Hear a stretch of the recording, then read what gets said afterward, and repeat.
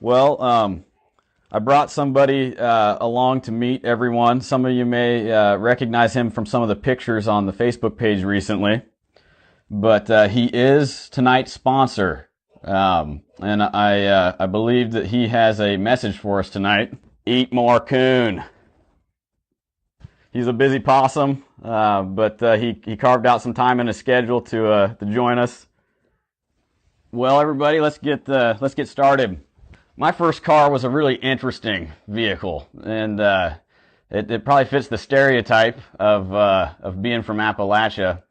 But my first car was a Chevy S10, and my grandpa and I put this car together from parts from the junkyard. My grandpa was a welder, and we had to retrofit some of the parts. You know, we had like a bed from 1986 and a chassis from 1988 and a hood from 1989 and a couple doors from 1990.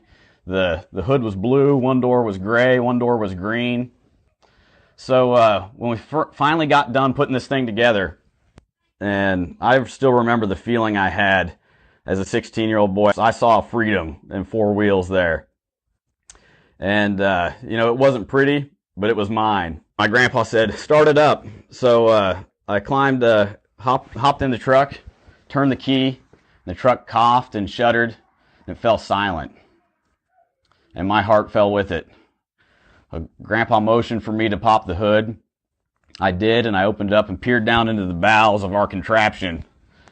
And he looked at me and he said, try it again. So I hopped back in, turned the key, and nothing happened. My heart just sank. The promise of my four-wheeled freedom was evaporating. Well, Grandpa, he let the hood slam shut, and he shook his head. And he says, I don't know. He said, if we want this truck to run, I think we need to take a trip to visit Cousin Jimbo. People from Appalachia know the difference between a cousin and a cousin. A cousin is somebody that you're not quite sure how you're related to them, but everybody knows that you are. They kind of fall into the same category as the skeleton in the closet in Crazy Aunt Betty. Now, for a while, Grandpa and I deliberated on whether making a deal with the devil was a better option for fixing the truck. But in the end, we decided that of the two, Jimbo was more mechanically inclined.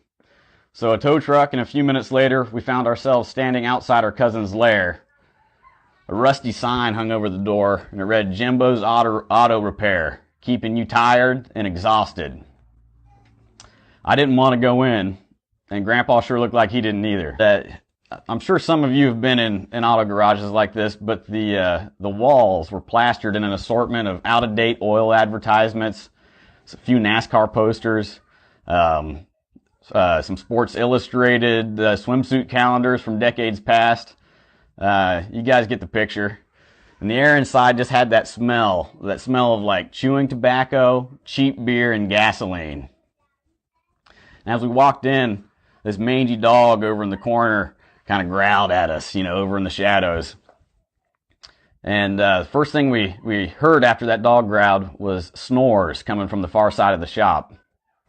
So Grandpa, he motioned for me to wait, and he walked over to this sleeping figure draped over a tool bench. Hey, Jimbo, he said. And the figure snorted and rolled over. Huh? Jimbo, we were stopping by to see if you could do some work for us. Now, according to local legend, Jimbo had been wearing the very same pair of Dickie overalls since the late 1960s. And today he didn't have anything on underneath him. The addition of a few tattoos and an eye patch gave him the appearance of a land-bound pirate with extensive experience in automotive repair. And he grabbed a half-empty bottle of Mountain Dew covered in greasy handprints off the bench, unscrewed the lid, and he took a swig. Then he produced a tin of chewing tobacco from his pocket, tucked a pinch of it into his bottom lip, shook his head, and then stretched and yawned. It's like a toothless cat recovering from a hangover. He says, all right, boys, I'm ready. What can I do for you? Well, Grandpa said, we got a truck we want you to take a look at. Well, Jimbo noticed me standing in the entrance to the garage. Does it belong to that little college boy over there? Jimbo referred to anyone who had completed the 6th grade as a college boy. We walked out of the garage to where the truck was sat in the driveway, Jimbo looked over and gave a low whistle. He said, "How much you willing to pay for this, boy? Tain't nothing for free around here." "Well, how about we figure out what's wrong with it and go from there?" Grandpa said. Jimbo shrugged. "All right, put her in neutral and push her on in." Well, we pushed the truck inside. Grandpa popped the hood. Jimbo pulled a work lamp down from a spool on the ceiling. He propped open the hood, stepped up on the front bumper, and I'll never forget this. He flicked on the light, and he started to sniff, just smelling the engine and everything. Well, he snatched a bag of zip ties off his workbench, and he started strategically placing a few around various hoses, and then he tapped on the starter with a wrench. "Crank it," he said. I looked back at him, kind of confused. Grandpa elbowed me and he said, "Go start it up." So I climbed inside the driver's seat, narrowly avoiding a glob of tobacco juice that Jimbo spit at me, and I turned the key. Nothing happened. Well, Jimbo cursed, stepped down off the front bumper, and he stood there for a moment, methodically scratching the junction of his anatomy. Then he hooked up the truck to a battery charger, grabbed a larger wrench, and he wiggled underneath the truck. Jimbo resumed cursing while pounding on assorted parts of the vehicle's underbelly. Crawled out a couple of minutes later and said, "There ain't no way this is ever gonna run." Well, about this time, outside, the sky was growing dark with storm clouds, and pretty soon I heard thunder and then the patter of rain on the tin roof of Jimbo's shop. Well, Grandpa kind of sighed and he looked in my direction. I tried not to let my disappointment show. And Grandpa turned back to Jimbo and he says, "Well, Jimbo, we appreciate you taking a look." He patted me on the back and he said, "We better just tow it on home." Right as he said that, a flash of lightning suddenly illuminated the garage. The bulb in the shop lamp burst in a shower of blue sparks. And blue sparks erupted from the battery, too. And the truck came to life. The headlights of the truck flickered on. One was dimmer than the other one. Jimbo looked at the thing and, "That ain't natural," he said. "That ain't right. That thing shouldn't be running." My heart pounded with excitement. My truck was running. I had my own wheels. I pulled out my wallet to pay Jimbo, but he waved me away. "Get that thing out of here," he said. And the following Sunday, Jimbo came to church for the first time in 46 years. Well, from the moment of its reanimation, Frankenstein, as my truck came to be known, had a deep-seated longing to return to the scrap heap. I became aware of my vehicle's suicidal tendencies one day when I turned around after selecting the unleaded regular button at the gas pump to discover that my truck had kicked itself out of park and was making an unmanned charge down the road. Now, I don't remember how I got back into that vehicle, but I've heard that humans traveling over Mach 3 generally experience a loss of consciousness. Every trip behind Frankenstein's wheel was a battle of wills. Me flogging the beast onward with the grim determination of a rodeo cowboy, and Frankenstein doggedly swerving towards every opportunity to return to the pit from whence it came. From throwing its doors open at the apex of sharp curves to dropping the driver's side window during rainstorms, Frankenstein constantly found ways to remind me that it was living against my will. My time in the cockpit forced me to develop a pre-launch checklist on par with most NASA operations. Before entering the vehicle, I would check the oil, the antifreeze, the pressure in the tires, the local weather forecast, and make sure that I had a fire extinguisher on hand. And once inside the truck, I would lock both doors, buckle my seatbelt, tug on it a few times to ensure it was properly fastened, and then perform the same procedure on any passengers that I had. Then I would commend myself to the Lord and turn the ignition. When we were moving, the B-52-like roar of Frankenstein's engine, coupled with my fierce appearance behind the wheel, fostered an illusion that I was a teenage rebel with a penchant for speed. Police officers refused to believe that Frankenstein's peak velocity was around 50 miles per hour when traveling with the prevailing wind. To combat this, I followed all of the traffic laws and even created a few of my own. When traveling at night, I would stop every mile and shoot a flare into the sky to warn people of my approach. When we were stopped, I routinely found myself trying to convince passing paramedics and would-be Good Samaritans that I was not the victim of a tragic wreck. I once pulled up next to a fire truck stopped at a traffic light. Assuming the worst, the firefighters attempted to extract me from my vehicle. No, I'm okay, I said. Don't worry, buddy, we'll get you out of there, called the chief. Quick, guys, get me the jaws of life and a blowtorch, and bring a stretcher. Now, I don't want you guys to get the idea that owning a non-traditional vehicle is all bad. There are many advantages to owning a truck like Frankenstein, and one that I quickly discovered was that Frankenstein was an excellent camping vehicle. I'd drive to a campsite and let the engine idle while I pitched my tent. This allowed Frankenstein to emit enough carbon monoxide to kill every mosquito within a 2-mile radius of my campsite. During one particular excursion, I was driving through a campground looking for a place to camp when I happened across a group of girls carrying a cooler up the gravel trail. One of them, a pretty blonde in cut-off jeans, flagged me down and asked if I could give them a lift to the shelter house. I responded with an affirmative squeak, and she sprang, gazelle-like, into the back of my truck, followed by her equally striking companion. I remember feeling like I had, unwittingly slipped into some alternate reality and was now part of some Jason Aldean music video. We had traveled about 100 yards when I noticed there was a figure running alongside the truck. At first, I was too caught up in thoughts of my new cargo to pay any attention. Then, I noticed that the figure appeared to be wearing a park ranger uniform. The party bus came to a grinding halt. The ranger leapt into the path ahead of my truck and held up a hand and shouted, "Son, when the state hires you to spray for mosquitoes, they expect you to work efficiently. That doesn't include taking time off the clock to party with any campers. Besides, what are you thinking? You're endangering these young ladies by having them ride unprotected in the back of your truck while you spray insecticide." I leaned out my window, and I was about to explain that I wasn't a state employee when I heard the familiar click of Frankenstein popping itself out of park. The truck lurched forward. I scrambled to react. The ranger dodged the oncoming vehicle and spun around with a triumphant gleam in his eyes, only to be clotheslined by the side view mirror. It was a tragedy. His ungraceful landing was augmented by gasps and giggles from my passengers. After contemplating the gravel for a few seconds, the ranger rose slowly to his feet, glared at the giggling girls, replaced his hat, looked at me and said, "So we got a tough guy here, do we?"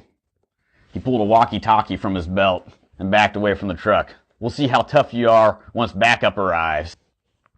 I wasted no time in depositing the Jason Aldean groupies at the shelter house and decided that I might have better luck at a different campground. I was about to pull out when I heard a knock on my window. It was the pretty blonde.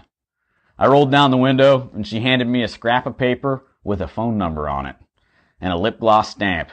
"My name's Brittany," she said with a wink. "Let's get together sometime." 2 weeks later, having eluded the enraged ranger and his backup, I rolled into Brittany's driveway. Frankenstein barely came to a stop when the passenger side door flew open and Brittany hopped in. "Ugh," she said, rolling her eyes in the direction of the house. "Let's get out of here.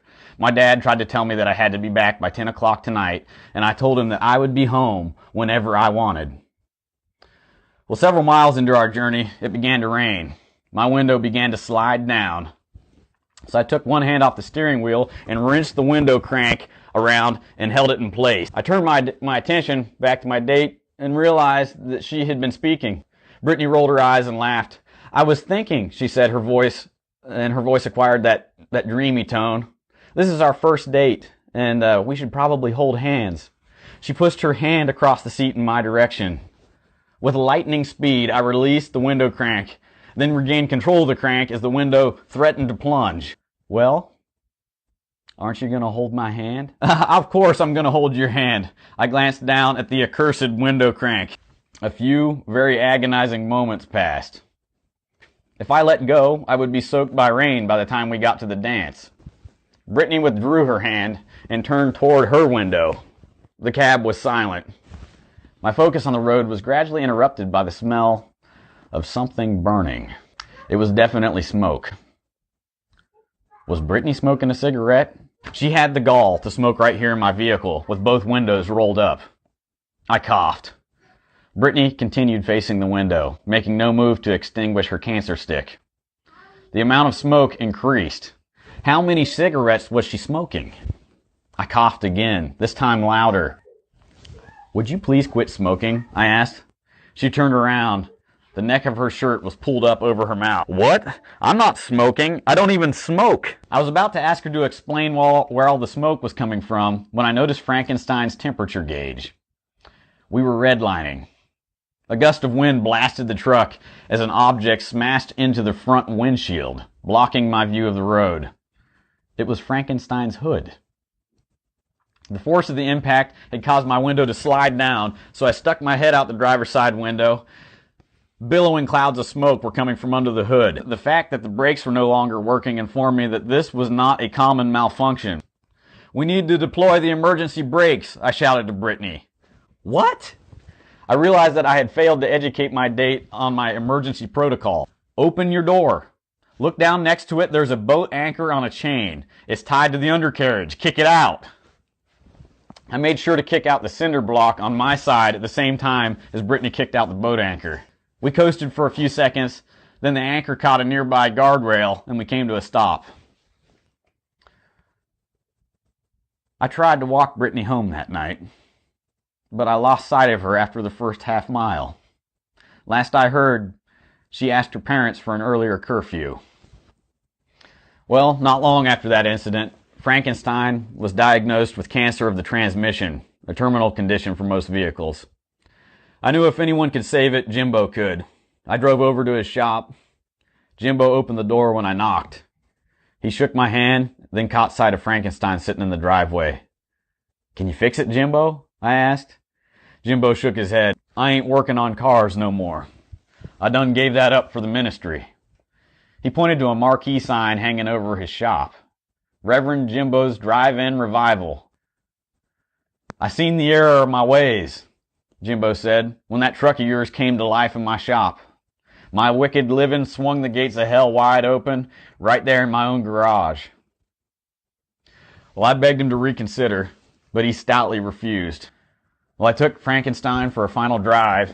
We limped along the back roads of southeastern Ohio, followed by a black cloud that was both literal and figurative.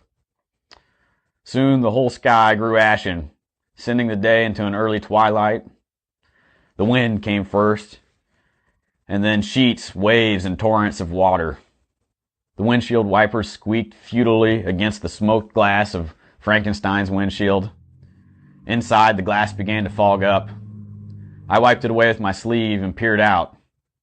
A sign ahead of us read, "Mount Sterling Junkyard." We had arrived. A man wearing a rain poncho came out of the office to inspect Frankenstein. It idled, sinking slowly into the mud, its headlights flickering with an unholy fire. "I'll give you $150 for it. That's all it's worth of scrap," he yelled through the storm. I wasted no time in stuffing the already damp bills into my pocket. He drove Frankenstein to an open space in the junkyard and parked it. I plodded through the mud to a tree on the border of the junkyard and took shelter under it. I heard Frankenstein's door slam. The man whistled, motioning to something rumbling amid the mountains of scrap. After a few minutes, it lumbered out of the gloom. A yellow titan, a steel praying mantis of Godzilla proportions. It rolled up to Frankenstein and pinned it to the ground with a claw. The mantis raised the other claw high. For a moment, it hung against the gunmetal sky, full of murderous intent. Frankenstein's headlights flared and the engine roared, anticipating the end. The claw plunged. Metal screeched against metal as it penetrated Frankenstein's hood and curled around the engine. The mantis's arm jerked, and there was a resounding snap. Frankenstein's headlights died. The mantis hoisted the engine from the desolate frame. It was still running, like a beating heart. It deposited Frankenstein's engine in a grisly pile of like organs, and then returned to the shell of its victim. It scooped Frankenstein up and pushed it into a car compactor. A gust of rain lashed my face, and the wind buffeted me. Sky and earth alike impelled me to look away, but I looked on. I heard the crunch of finality. Now, I've had many cars and many vehicles since Frankenstein. Newer, nothing special, but, a lot more reliable. But every time I drive past Mount Sterling junkyard, I have to stop, take off my hat, put it over my heart, and say, ashes to ashes, junk to junk. May you rest in peace, my beloved monster. And that, folks, has been the story for tonight. Check out theweeklyholler.com. That is the homepage for my blog. I also post a lot of the articles that I put there on my Facebook page. But every week on Sunday morning, there's a new story. It's usually something from history or something from folklore. So theweeklyholler.com, you can sign up to get the newsletter delivered right to your inbox every Sunday. Doesn't cost a dime. I just do it because I love it. And have a good night.